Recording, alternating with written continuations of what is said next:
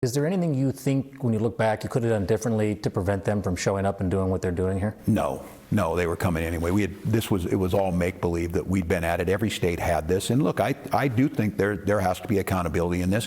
No one in state government was implicated. This happens all over. What is he talking about? That was Governor Tim Walz of Minnesota wildly claiming the multi-billion-dollar welfare frauds in his state are, quote, make-believe. Also throwing up his hands, claiming that they were coming anyway. Really? That every state has this? Really? And he couldn't do anything about it? And no state worker was implicated? State whistleblowers have already testified Walz repeatedly retaliated against them. Joining us now, Fox News contributor Joe Concha.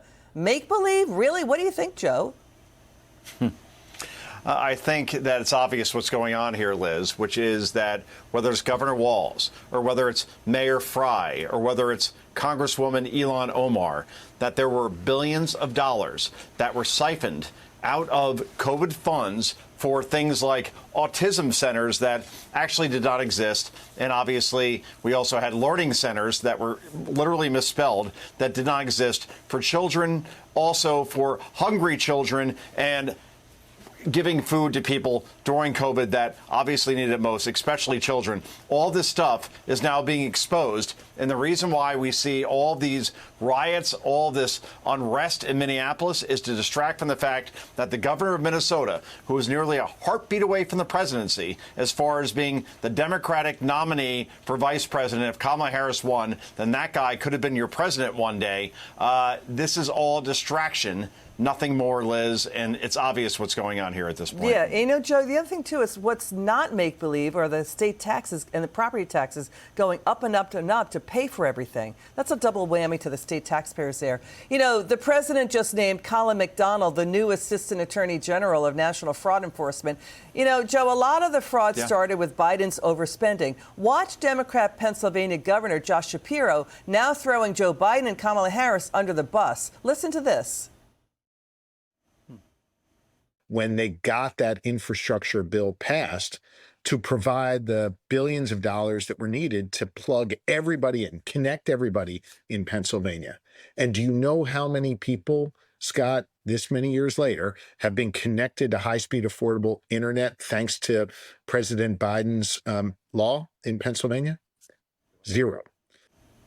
Zero. That was $42 billion blown out the door for high-speed internet connections. Zero in Pennsylvania. Your take on Shapiro? He's possibly going to run for the White House, too, in 2028. He's already been taking jabs at Kamala Harris. And even more Democrats are calling out Joe Biden and Kamala Harris. What do you think of all this? It looks like a separation, Liz, of Josh Shapiro, governor of Pennsylvania, 60% approval there in that state, seen as a moderate, saying, I want no part of the Biden, Harris, Walz type of brand now at this point. And he's right to do so, because obviously there was a lot of fraud there, as we talked about in Minnesota.